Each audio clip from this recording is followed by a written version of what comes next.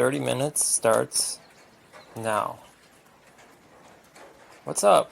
Thanks for joining me. This is episode 2 of podcasty kind of thing I'm doing. This is taking shape. The more I do it, the more it's coming into view. But it's a slow process. Building up this channel and giving it the identity that it's going to have. I said something in the last episode. I said that I was going to see how the first one goes see how the first one goes and see if we make more. You know what? That was kind of a lie, because before I had even published the first episode, I was already cranking out ideas for even the next one, and the next one, and the next one. So, yeah, I think it would be a mischaracterization to say that I'm kind of looking to see how it goes, looking to see if it's a success. Because, yeah, I kind of already know that I want to do more of these. So, hopefully that they're still going to be worthwhile. I want that's been something I stated in the last episode, that I want these to be worthwhile for anyone to listen to, but hopefully I can keep doing that. But I've more ideas, and more of these should be coming going forward. It's been about a week since the last one, and actually more than a week since I recorded the last one. And during the time, I've kind of had a few false starts where I start recording something, and I had one recording I did full 30 minutes of, but I was using a different app, and the quality was terrible, and the combination of the terrible sound quality, and also like it felt like my topics were kind of aimless. I ended up just deleting that one. So in some ways, this second episode feels like so much more than episode 2. Like it feels like a lot of time has passed, or a lot has happened in the middle. Knowing that I have 30 minutes, I am trying to kind of plan a little more about what I'm going to say. It's really easy to just meander, just kind of start babbling and run out of time. And so I'm trying to, use my time a little bit more wisely. Now, you might have noticed the name of the channel that I'm using. I'm using the name 30 Minutes Starts Now for this podcast, but I've also got a Facebook page set up called Do Not Read the Comments. And I just finished stating a minute ago how I kind of have the intention to just go ahead and keep making more of these, regardless of whether it's a success or not. And that's mostly because I think that I've been working on stuff for far too long to hang it up on just a single failure. I think that maybe my viewers or listeners more like it, they might need to just take some time to kind of get into the groove of what I'm doing, or I need to get into my groove. But I don't want to just throw in a towel after one episode. I want to give this some more time to develop and see what it shapes up into. But I don't want to give the impression that I'm not interested in feedback. The whole name, Do Not Read the Comments, tends to give this air like I don't give a shit what you say kind of thing. Or shut up, I'm talking, something like that. And that's not the intent whatsoever. Rather, I would say that if I have an intent, or I think there's a lot of meanings behind the name that I picked, Do Not Read the Comments. I think the most obvious, blatant one is that you hear creators kind of telling each other, because many YouTube creators, bigger ones, big ones with thousands of subscribers, or possibly even millions, um, they'll tell you, or they'll tell each other, or they'll tell anyone who will listen, that you might get hundreds of really good positive feedback, positive comments. I love this. Keep up the good work. Blah blah blah. All that good stuff. Um, but there's going to be some in there from just people who are just being dickheads. You know, and some of them might be rude on purpose because it's entertainment for them, or they might just not even really know that they're being rude. But it doesn't matter. I mean, I think we're all on the internet and we all see this stuff. We know that toxic comments exist. Um, so I think that it becomes a phrase that creators kind of tell each other, don't read the comments, just don't look, and that's just kind of like I don't know, like between creators kind of thing, like acknowledging, that it can really kill your self esteem. You go in there hoping for all good things, and you hear some just really nasty comments. Not always, it doesn't even have to be directed at you. Sometimes people are going to go in there and just use the comment section as a platform for um, just talking whatever garbage to each other. You know, so yeah, in a respect, the name "Do Not Read the Comments" comes from that kind of, I don't know if you want to say it, like folk folk advice, the creators give each other. It's a meme basically, that people tell each other, don't read the comments. Um, but for me, I think it's more than that. Um, I have, well, I've known that there's a lot that I want to do as far as creating um, uh, creating some content on the internet, and I think, how do I say this? I think that it's it's a good thing to kind of make a jump up from just being a consumer of content to a producer of content. Um, I really feel that embodies um, what I'm trying to do, and to an extent what I want to talk about.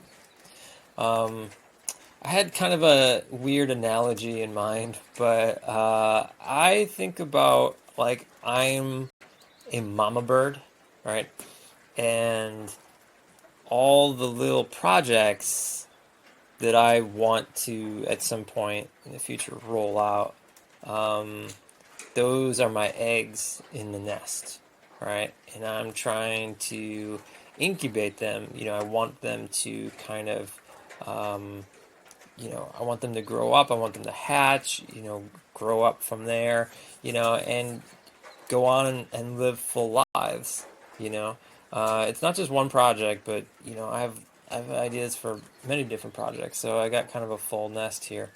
I kind of think about Do Not Read the Comments as kind of like the nest, right? Like, this is going to be um, where I uh, where I start some ideas, where I incubate some ideas. Um, and I guess, like real eggs, not all of them make it, but I'm hoping that as many as possible are going to make it. And they will kind of go on and have their own channel or have their own website, or, whatever the case may be. But I want to kind of have some space where, I can incubate these ideas. Um, but there might be a day where I don't really have any more things to incubate. Um, it might it might be that further down the road I come up with some new ideas. There's always a possibility of more eggs, so to speak. But there might come a time when uh, everything that I had kind of lined up, or these are all things that I want to do.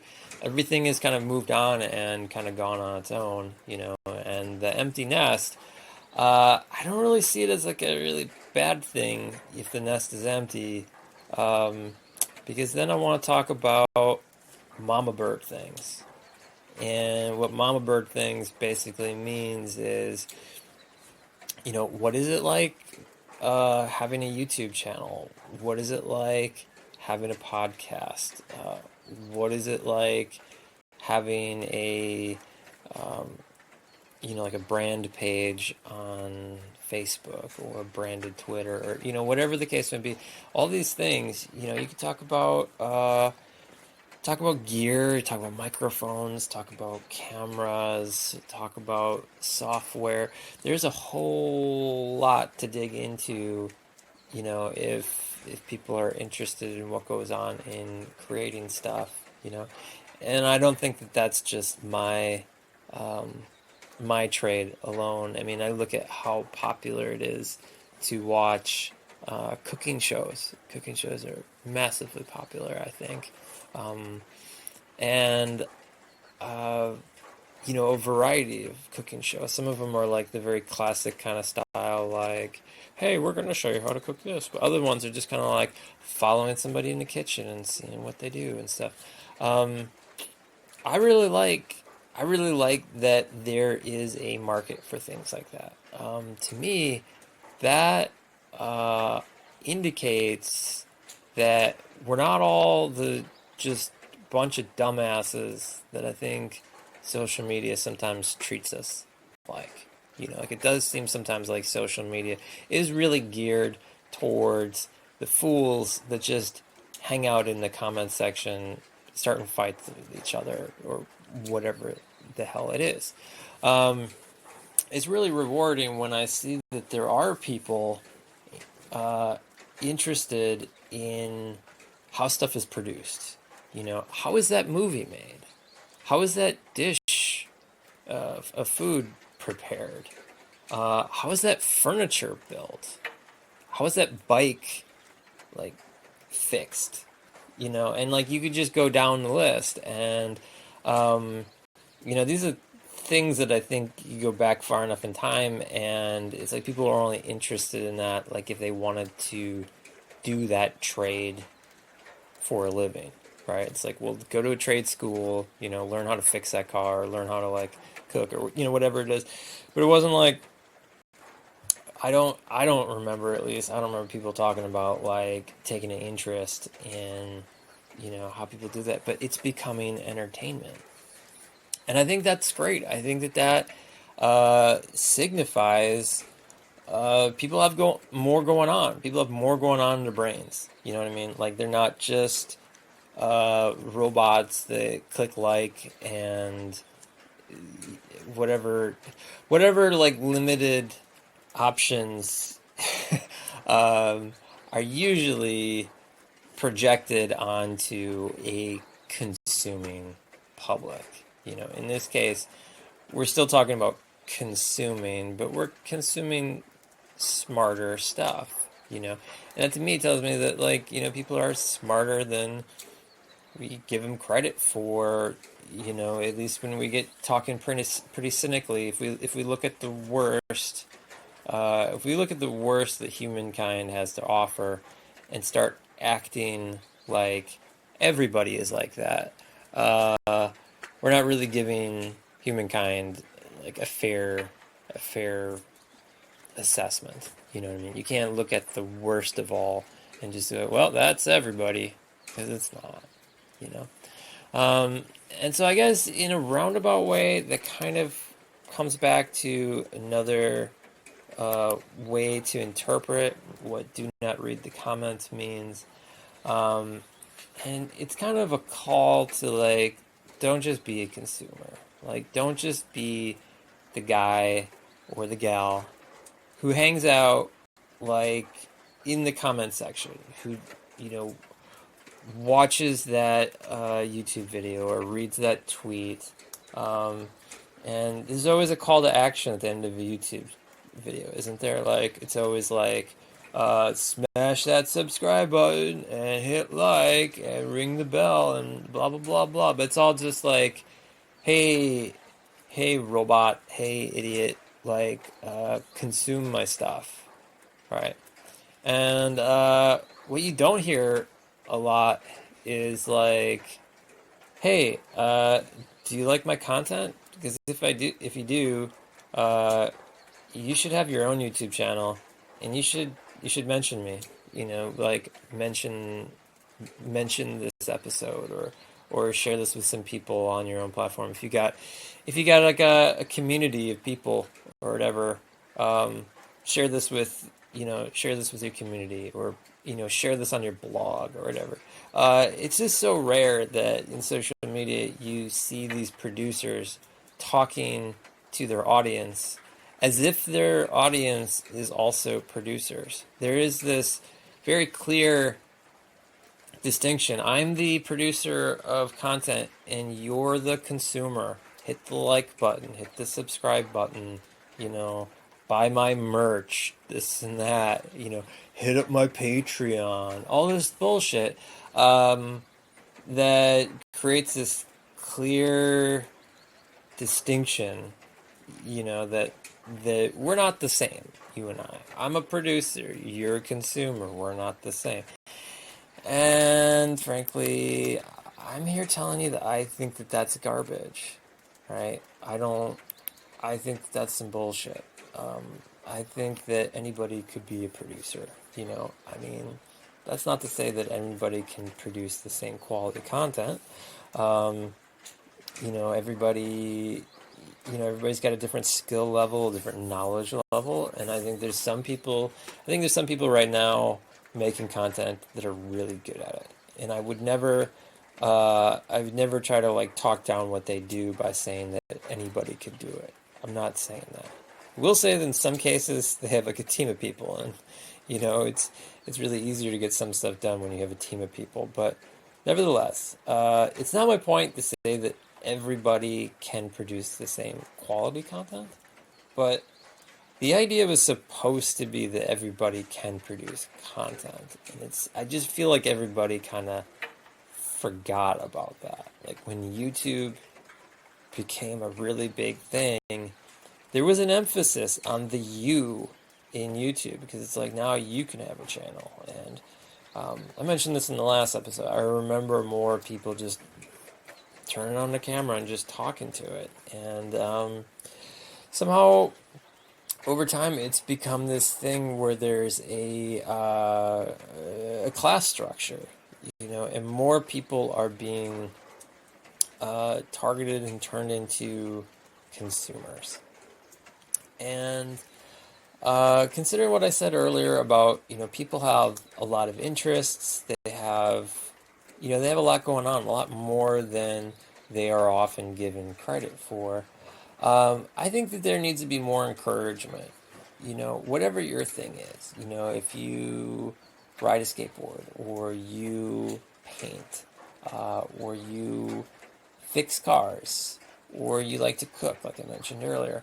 I don't know. There's like a million things that people do as a hobby. You could be rock climbing. You could be, I don't know. Like the possibilities are endless. You know, um, and there's no reason why more people can't share what they like, even if they're not great at it. You don't have to be in the top whatever percent, but I think you can share what you like and not worry so much like if your camera looks perfect, or if your sound quality sounds perfect. I feel like as more of us do this, like as more people decide like, hey, I want to do a podcast, or I want to do a YouTube channel or something, I feel like inevitably there's going to be more content producing tips going around. Like, hey, try out this app. I tried out this app, and it was really helpful in reducing noise in this recording. Or, hey, check out this website. They did a really good job of, formatting the video in such a way, or it made it really easy to make this little GIF from my video. And then I could share my GIF on Twitter or on Facebook. Um, you know, as producers, as more people will just kind of, accept that they can be producers without being, like professional movie makers.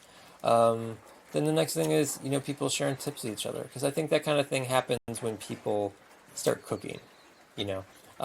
If you stop shopping in the frozen food aisle and start going out and like buying vegetables or buying some raw meat and taking this home and like trying to cook for yourself. I can tell you, I remember doing that for the first time, and like it's what's the word I'm looking for? It's intimidating, right? It's intimidating to like bring all this vegetable, like what the hell is this? I remember really getting into cooking when I was really young, and the great thing about being really young, when I say really young, I don't mean like a child. I mean like 18, 19. Right? That's pretty young, like fresh out of the house, and I got my first place. And man, I had shitloads of confidence, and I wish I'd saved some of it. I could use some of that right now. But like, yeah, when you're 19, like you just think that everything you're doing is right. So, I mean, I can remember some really hilarious things like done. I know I got this one friend who remembers this, me deep frying with sesame oil. Like I filled up this wok with sesame oil. I was deep frying in it, and for anybody who's not a chef or familiar in the kitchen doesn't know, sesame oil has just this extremely strong flavor and smell, and you should use it like a little bit to add some flavor to something, like drip, drip, drip, and you're done. Like no sane person like deep fries in sesame oil, but I did that. I also bought a mango, and I didn't know that you peel mangoes. Or no, it was a guava. It doesn't matter. Guavas and mangoes basically look the same, and you have to peel both of them. They're like a they're like a big fat. Well, the outside is like a banana peel, but the inside, the meat is closer to like a maybe like a pineapple, but a little drier. Anyway, I don't know if I described that well, but the point is they have a skin, and the one thing you don't do is you don't bite them like an apple. But I did, and I did that because I didn't know how to eat a guava. I never had one before. You know, um, so definitely I know what it's like to be trying new stuff and not know what the hell you're doing. And for me, it's really funny to think back on a time where I just had the utmost confidence, in what I was doing. And I was just making these huge mistakes left and right. But like, I had this really great attitude. I was like, oh, okay, so I don't do that then. Like, oh, so I don't eat the guava like bleh, like this anymore. Okay, now I know. But I could really identify with someone who's a little bit older, a little bit wiser, who like kind of like knows their boundaries or knows like I'm good at this, but I'm not good at this. And I can understand that being intimidating for some people. So I can really respect, people who um, are reluctant to try new things, or to just jump in the deep end of stuff that they don't like, or not that they don't like. I misspoke there. Stuff that they don't know, right? Stuff that they don't know. But yeah, continue with the cooking analogy that I started earlier. Um, if you make that jump from, uh, just buying boxed foods or going out to eat, going out to McDonald's all the time, and you find yourself at the grocery store at this basket, and you're buying like fresh broccoli and like a fresh head of lettuce, and you're buying, like fresh chicken, and you're buying all this stuff that's you know really requires you to actually cook. Yeah, it's going to be intimidating for sure.